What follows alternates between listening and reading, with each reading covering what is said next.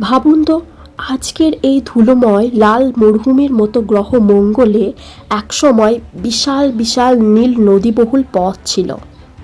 শুনতে কল্পবিজ্ঞানের মতো মনে হলেও নাসার পার্সিভিয়ারেন্স রোভার ঠিক এই ধরনের এক চমকপ্রদ তথ্য খুঁজে পেয়েছে। মঙ্গলের বুকে তারা এমন এক জিনিস আবিষ্কার করেছে যা বিজ্ঞানী মহলে রীতিমতো হইচই ফেলে দিয়েছে। এটি হলো 3.7 বিলিয়ন বা প্রায় 370 কোটি বছরের পুরনো এক বিশাল নদী বদ্বীপের প্রমাণ।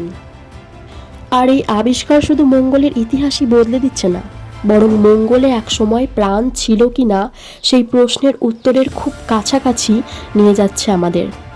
কিন্তু কিভাবে এই রোভার এত পুরনো নদীর খোঁজ পেল?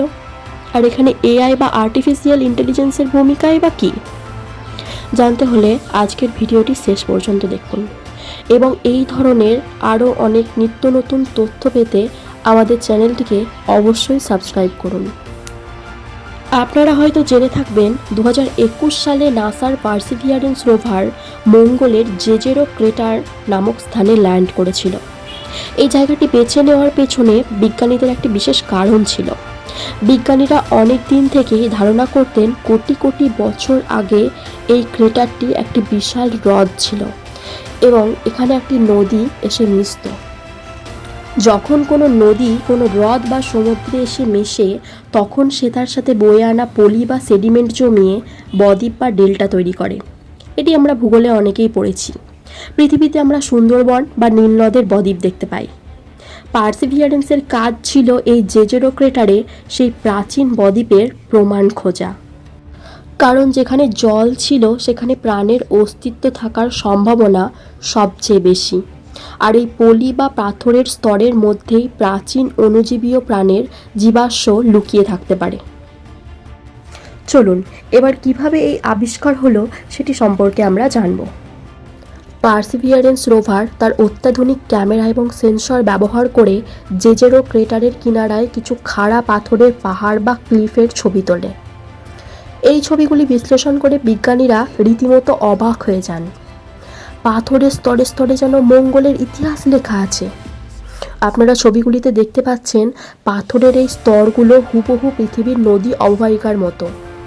বিজ্ঞানীরা এখানে সেডিমেন্টারি রক বা পাললিক শিলার প্রমাণ পেয়েছেন। এই স্তরগুলো দেখলে স্পষ্টতই বোঝা যায় 3.7 বিলিয়ন বছর আগে এখানে শুধু জলই ছিল না, বরং জলপ্রবাহের গতিবেগও মাঝে মাঝে পরিবর্তিত হতো। কোনো স্তরে সূক্ষ্ম পলি জমেছে যা শান্ত হ্রদের ইঙ্গিত দেয়, আবার কোনো স্তরে বড় বড় পাথর জমা হয়েছে যা বোঝায় একসময় এখানে তীব্র বন্যার মতো স্রোত ছিল। আর এটি প্রমাণ করে যে মঙ্গলে একসময় এমন জলবায়ু ছিল যা দীর্ঘকাল ধরে তরল জল ধরে রাখতে সক্ষম হতো। চলুন এবার এখানে এআই এবং রোভারের প্রযুক্তি সম্পর্কে কিছুটা অবগত হওয়া যাক। এবার আসা যাক আমাদের প্রিয় বিষয় এআইতে। আপনারা হয়তো ভাবছেন মঙ্গলে রোভার কাজ করছে, এতে এআই এর ভূমিকা কী? আসলে পৃথিবী থেকে মঙ্গল এত দূরে যে আলো পৌঁছাতেও কয়েক মিনিট সময় নেয়, তাই রিয়েল টাইমে রোভারকে ড্রাইভ করা সম্ভব নয়। এখানে পার্সিভিয়ারেন্স ব্যবহার করে অত্যন্ত উন্নত এআই এবং মেশিন লার্নিং প্রযুক্তি, যেমন অটোনোমাস নেভিগেশন। রোভারটি নিজেই নিজের পথ বেছে নেয়। তার এআই সিস্টেম আশেপাশের পাথর এবং বাধা বিশ্লেষণ করে নিরাপদ পথ তৈরি করে, আর এর ফলেই সে দ্রুত এই বদ্বীপের কাছে পৌঁছতে পেরেছে। বিজ্ঞানসম্মত লক্ষ্য নির্বাচন। রোভারের সুপার ক্যাম যন্ত্রটি এআই ব্যবহার করে ঠিক করে কোন পাথরটি লেজার দিয়ে পরীক্ষা করা দরকার। সে নিজেই পাথরের গঠন বিশ্লেষণ করে বিজ্ঞানীদের জানায় যে এটি একটি গুরুত্বপূর্ণ নমুনা হতে পারে। এই নদীর বদ্বীপের ছবিগুলো তোলা এবং সঠিক পাথরের স্তরে ফোকাস করার পেছনেও রোভারের বুদ্ধিমান অ্যালগরিদমগুলো বড় ভূমিকা পালন করেছে, যেটি এআই ছাড়া এত কম সময়ে এত নিখুঁতভাবে আবিষ্কার সম্ভব হতো না। এবার আসা যাক এই আবিষ্কারের গুরুত্ব এবং প্রাণের খোঁজ সম্পর্কে। আপনাদের কি মনে হয় এই 3.7 বিলিয়ন বছরের পুরনো নদী বদ্বীপ আবিষ্কারের সবচেয়ে বড় গুরুত্ব কী? সহজ কথায় এটি প্রাণের সন্ধানের জন্য গোল্ড মাইন বা স্বর্ণখনি। পৃথিবীতে এই ধরনের ডেল্টা বা বদ্বীপে প্রচুর পরিমাণে জৈব পদার্থ এবং প্রাণের অস্তিত্ব পাওয়া যায়। বিজ্ঞানীদের মতে যদি মঙ্গলে কখনো প্রাণ থেকে থাকে তবে তার প্রমাণ এই জেজেরো ক্রেটারের ডেল্টার পলিস্তরের মধ্যেই জমা হয়ে আছে। পার্সিভিয়ারেন্স ইতিমধ্যেই ওখান থেকে কিছু তথ্য পাথরের নমুনা সংগ্রহ করেছে এবং ছোট ছোট টিউবে ভরে মঙ্গলের বুকে রেখে দিচ্ছে।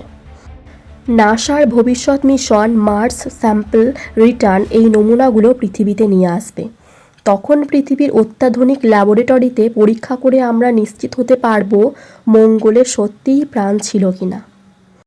নাসার পার্সিভিয়ারেন্স রোভারের এই আবিষ্কার মহাকাশ বিজ্ঞানের ইতিহাসে এক নতুন অধ্যায়ের সূচনা করেছে। 3.7 বিলিয়ন বছরের পুরনো নদীর প্রমাণ আমাদের দেখায় যে মঙ্গল গ্রহ একদিন হয়তো পৃথিবীর মতোই জীবন্ত ছিল। আর এই পুরো যাত্রায় প্রযুক্তির বিস্ময় এবং এআইয়ের এই মেলবন্ধন আগামীতেও আরও কত অজানা তথ্য আমাদের সামনে আনবে তা ভাবতেই অবাক লাগে। আপনার কি মনে হয় মঙ্গলের এই প্রাচীন নদীতে কি সত্যিই একসময় প্রাণ ছিল? কমেন্ট করে আমাদের জানান। ভিডিওটি ভালো লাগলে অবশ্যই লাইক দিন এবং এই ধরনের মহাকাশ এবং প্রযুক্তির খবর বাংলায় পেতে আমাদের চ্যানেলটি অবশ্যই সাবস্ক্রাইব করে বেল আইকনটি চেপে দিন। ধন্যবাদ। ভালো থাকবেন এবং সকলকে ভালো রাখবেন।